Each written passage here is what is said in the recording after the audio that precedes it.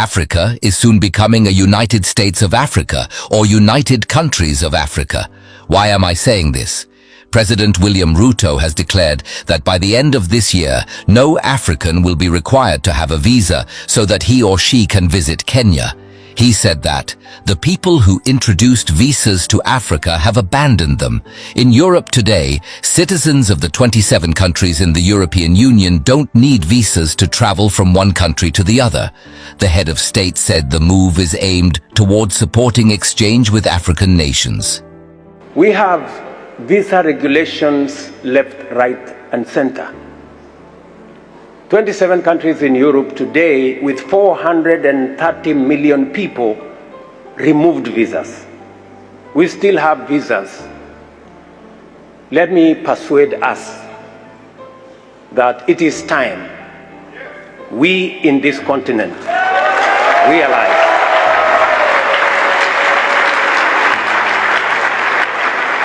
that having visa restrictions amongst ourselves is working against us.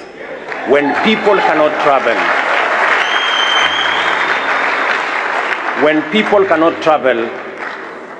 business people cannot travel, entrepreneurs cannot travel, we all become net losers.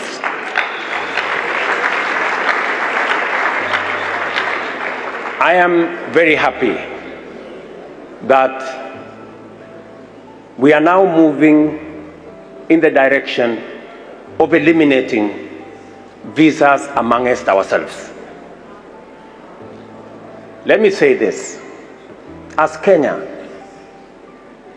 by the end of this year, no African will be required to have a visa to come to Kenya.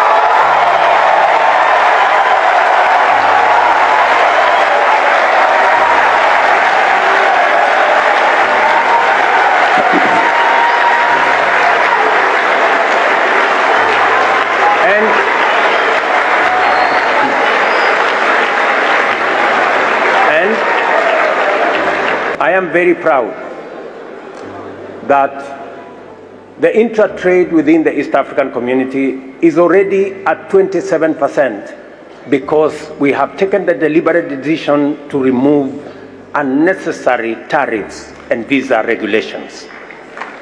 I am also very happy that my father here, President Sassou Nguesso, when he came to Kenya, we agreed that there will be no visa requirement between the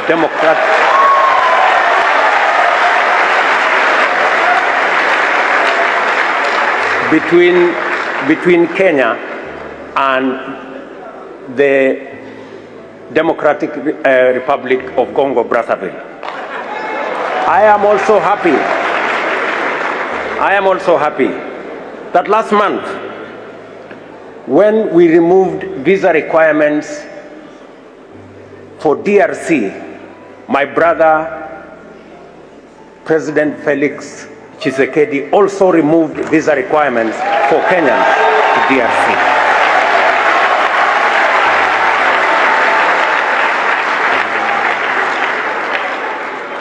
Let me urge us that we need greater collaboration. Our children from this continent should not be locked in borders in Europe and also be locked in borders in Africa.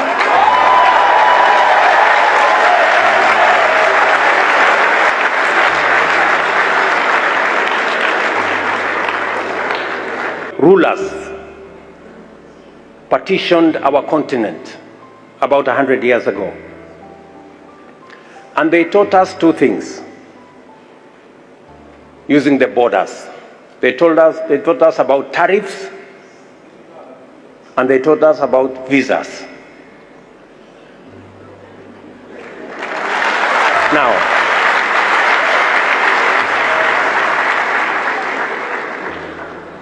whether you are talking about the British in Kenya, the French, Belgians, Portuguese, today all of them are members of the European Union. 27 countries. They don't have tariffs. they don't have tariff amongst themselves, and they don't have visas. The only people left with tariffs and visas is us.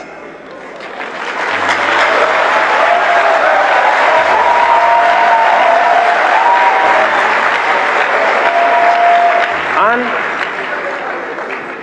because they saw the folly of tariffs on trade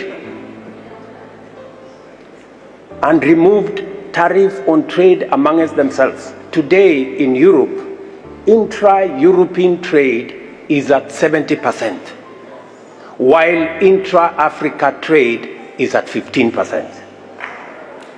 Good people, it is the reason why we must accelerate the Africa Continental Free Trade Area.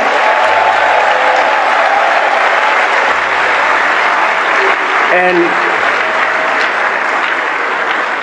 unlock the potential that exists for African countries to trade amongst themselves.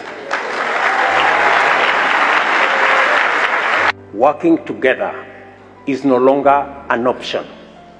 It is a necessary imperative.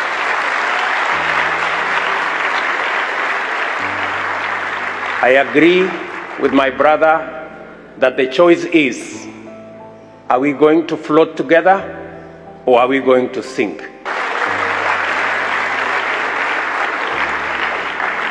So collaboration, working together, is no longer an option.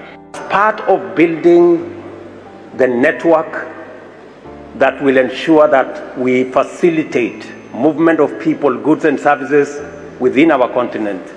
Kenya is going to open an embassy here in Congo-Brazzaville this year. Is going to open an embassy in Cote d'Ivoire. We are opening an embassy in Rabat in Morocco.